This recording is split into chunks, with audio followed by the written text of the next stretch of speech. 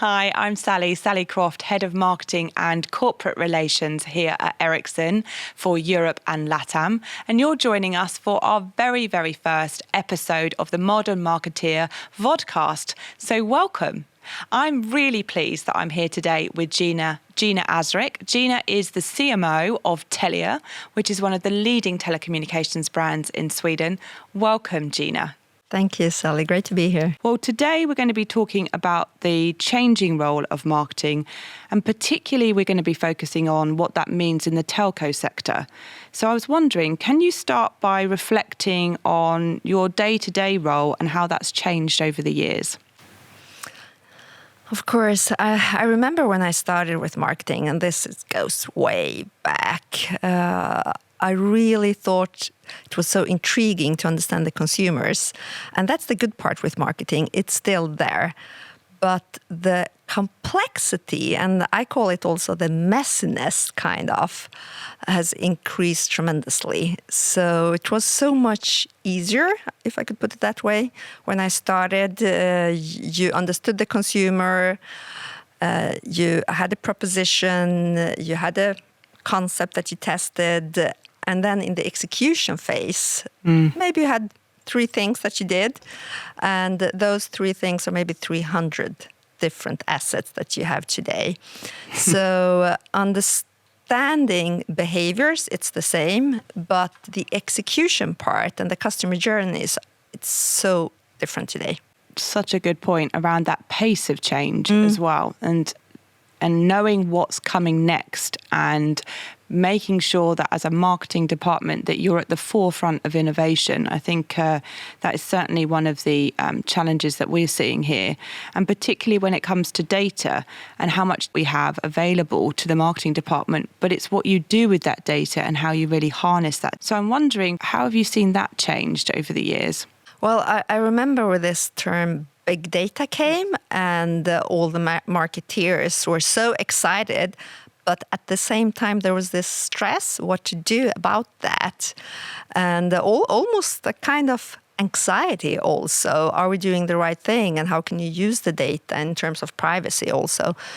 What I see today is that there's not as much hype, but it is much more driven into how can we use the relevant data. And that's a kind of, we have matured. That's how I would like to see that. Yeah, I think, absolutely. And one of the things that we've found here at Ericsson is having such a broad remit across different countries. It's what that, firstly, as you said, making sure that we are acting responsibly with the data, but then it's also about ensuring that the data provides us the insight that we can take action upon. So that actionable insight. One of the things that we were just looking at is just quite simply, what are the ways in which we connect with our audience, and what is the preferred channel, and where do we see the best response from the different channels?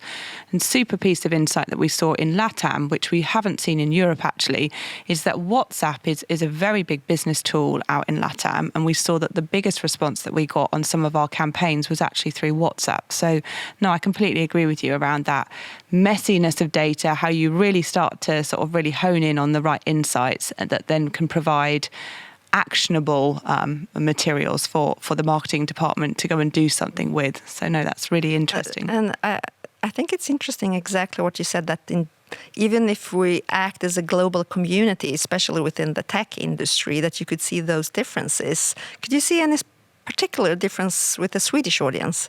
We've started to look at that actually, because obviously Sweden is our home country, so we're very focused on Sweden. And what we started to do is to really look at how do we test actually. So one of the things that we're always trying to do is to think about those different methods of communication. So no, we're certainly looking at that right now in Sweden, because and one of the great things I think is and brilliant to have you here is how we can partner up with our customers, because your customer base and the number of people that you're talking to is significantly more than Ericsson's. How about you? Have you seen that changing nature from how your consumers are responding, and maybe how the consumers are responding to maybe opposed to how the businesses respond? Have you seen any differences there? Yeah, definitely.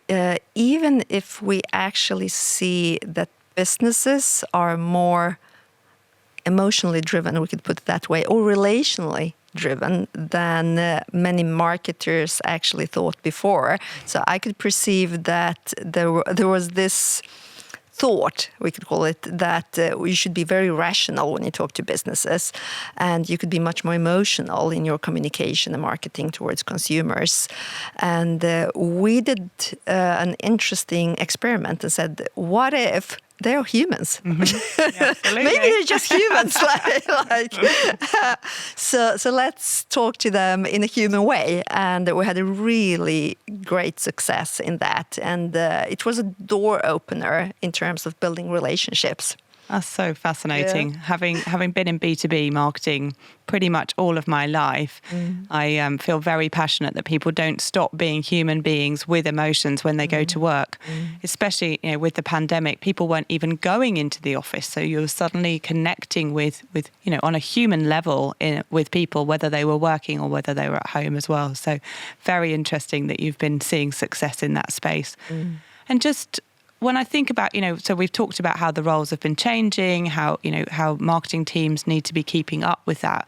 From a core skills perspective, what has that looked like then for you at Telia? Have you had to invest in new skills? Have you had to do specific developing opportunities for your teams? How do you really keep those skills current for your teams and for yourself, actually? We have gone through, I would say that as almost a development phase. And that development came through that we realized that this complex surrounding that we're into, and consumers also, it requires much more specialist skills. And going through that phase of working with specialists outside the company and realizing it takes too long time. So what we did actually is that we built an in-house agency with all those skills in different specialists, and especially within the digital part, digital marketing. So within media, social media, analytics, insights. So if I look into how we work today, as a marketeer, you have your band. It's like having your orchestra. Yeah. And you have to lead that band. And it's a great fun, but it requires a lot of leadership today. So going from being like a more traditional marketeer, maybe you're also more a specialist, now you work more in a general way and much more with leadership, and you have to have trust. You have to have trust that this guy knows how to play the piano and this gal knows how to play the guitar, and they are best at that. And my job is just to lead the band. I love that analogy. I think that's fantastic, because when you think about, taking on that mantra of leading the band, thinking about and making sure that you have those right specialties in the right place at the right time. So you were saying that at Telia you've invested to bring a lot of that skills in-house. I think that's something Ericsson has also done, actually. We've made a big investment in making sure that we have those right skills in-house, but still partnering with the right agencies at the right time, for sure. But then making sure that we have a strength of marketing capabilities that are able to see that end-to-end piece. But then when we want to, we're able to go very deep in those specialty areas. So that's really good insight. And how do you then how have you personally developed yourself then to be this great band leader that you now find yourself in a position of? I'm not sure if I am the great band leader. I try to anyway. But I think the major development for me personally has to develop much more trust. So especially when you have so much, how should I put this? You have so many years invested in being also a specialist coming from that background of traditional marketeer. And now you have to realize that today you need to go so deep within marketing. So it's no way that you can know everything.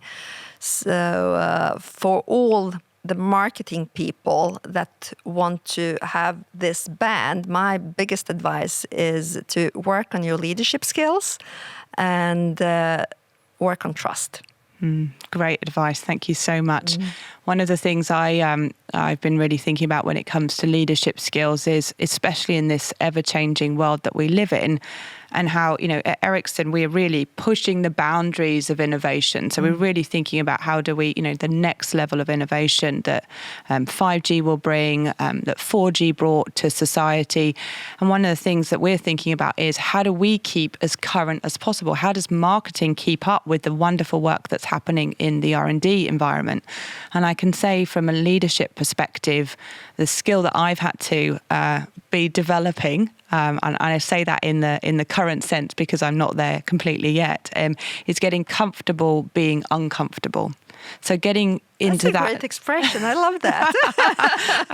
I have a picture of a cat actually asleep on a very strange space, because I use it to remind myself that we won't have all of the answers. If we want to push the boundaries of innovation, we're not going to have all of the answers. But having the right talent in the right place and really empowering them, to your point, which is trusting them to do their job fantastically well, means at times as a leader, you really do have to get comfortable being uncomfortable. Yeah.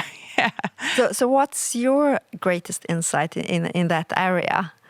I think we've personally, like you said, is about developing talent. So we've been putting a lot of investment into young talent and nurturing talent and really ensuring that they set themselves up for success. So we've set up recently a marketing and communications graduate program across Europe and LATAM, and really have seen a really good success where we've been bringing in graduates into the team. We've been learning as a team, so that's a really great benefit for anyone in the team, where you can really learn so much from these graduates, but giving them the opportunity and the space and the freedom. And that comes down to your point, which is about giving the trust to the teams to really go and to develop themselves, but really put us out there at the forefront. So that's one of the things I'm very, very proud of that we're doing right now, around really empowering that young talent into our organization, for sure. Especially in marketing. I think as a company, Ericsson has been investing in young talent for a long time, specifically when it comes to engineering talent. But now we're starting to adopt that as well in the marketing and communications team as well. Oh, that sounds great. Maybe we could partner in that. That would be great. That would be wonderful, especially if we think about cross-company opportunities for development. Exactly. That'd be super interesting. We'll definitely follow up on that. Thank you for that. And then maybe this question I have actually, Gina, is linked. So when you're thinking about recruitment or you're thinking about retention of your team at Telia, how do you ensure that you have the right balance for consumer and business expertise within the team? Well, actually, we have an organization that's based on marketing people coming from the B2B side and having that experience, and equivalent to that is from the consumer side. And to their support and help, we have this cross teams, and they are the specialists. So we have media specialists, digital specialists, social media specialists, and then we have all the creative people, copywriters and motion designers, etc. So the teams for B2B and B2C, they are the band leaders. And then they have these great talents to help them out. And do you see much when you're recruiting, are you recruiting specifically from B2B and B2C, or are you looking to try and bring different types of skill sets into those teams as well? Yeah, usually we try to see if you primarily have been working with B2C or B2B, but we love the mix. Yeah. Yeah, because especially coming back to that, we're all humans. Yeah. Coming also from the B2C side and then working with the B2B, you have another way of looking into storytelling, which is maybe a little more developed, I would put it that way, within the consumer marketing. And I see that's a big upside for us within the B2B marketing. Yeah. How do you work that with storytelling? Well, with storytelling, we've been investing in storytelling because traditionally in B2B, as you said, it's been very much a rational-based conversation, facts, data, very, very rigid type marketing activities. And those definitely play a part in the marketing journey for sure. But I heard once somebody say, you don't get married on your first date, so we do need to sort of woo people here. I did say that once to an engineer, and they said, well, engineers actually do. So, okay, good point. Well, most people don't. So one of the things that we've been trying to develop is to really bring in that emotion, because we work in an industry, I think we're super lucky, Gina, where our technology really makes a difference to people's lives. And so how do we really bring that to life in a story? So we've been investing in story training, but to your point, what we've also been doing when we've been doing some of our recruitment is to really look at bringing either people from the consumer space into our team, so not just traditionally B2B people, but also trying to look at agency as well. So in the past, I think there was always a divide. You either were in-house or you were in an agency, and that was the path that you were on. But we've seen some real success where we've brought talent into our teams where they have been working in agencies for a long time, so they can really bring that creative thought and that way of working as well. So I think just trying to mix it up a bit, really. So you're also working with an in-house agency? Yes, we have a large in-house agency that's based in a number of countries that we work with. We call it the Hub.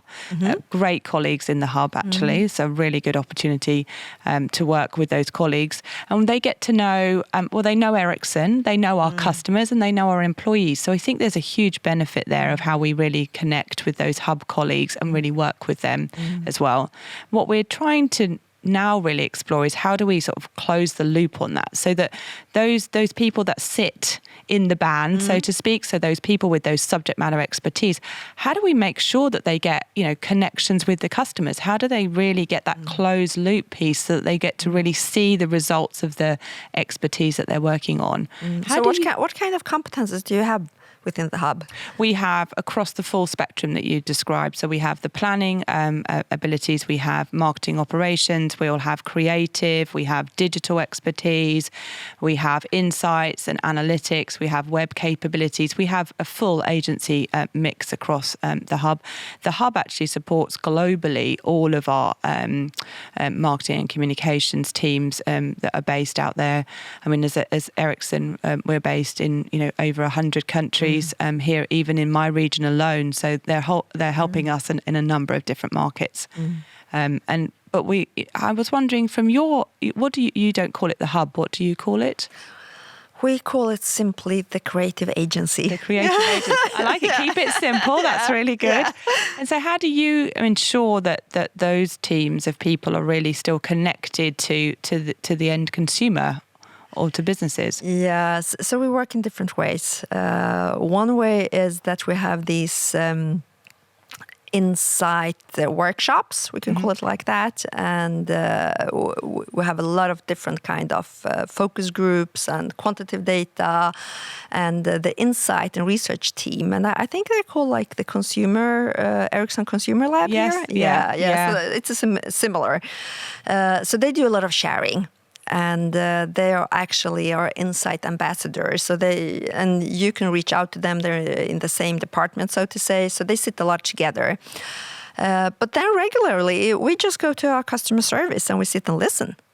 That's the best thing. And if you're daring enough, you could actually take a call or call a customer. So I love calling the not so satisfied customers. We call them the DSAT customers, the dissatisfied customers. That's the best thing you can do. Yeah. And then we have stores. So we have ability to really meet especially the consumer customers. But then you could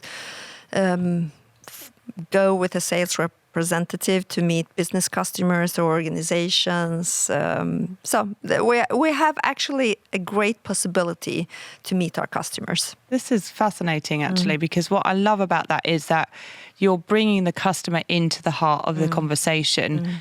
And I think especially if you are in one of these subject matter areas of expertise, like that deep domain expertise, you may not be so customer facing, but so important that you always have the customer at the top of your mind. So thank you so much, Gina. I've really, really appreciated this brilliant chat on the modern marketer for this podcast series. And I hope everyone who's listened has enjoyed it. In our next episode, we'll actually be carrying on this conversation about the customer centricity and how as marketers we have an important role to play in developing that from a product and a services perspective. So I'd ask everybody, don't forget to subscribe to hear episode 2 as it will be coming out soon. Thank you once again, Gina. I really appreciate your time today. The same, Sally. Big thanks.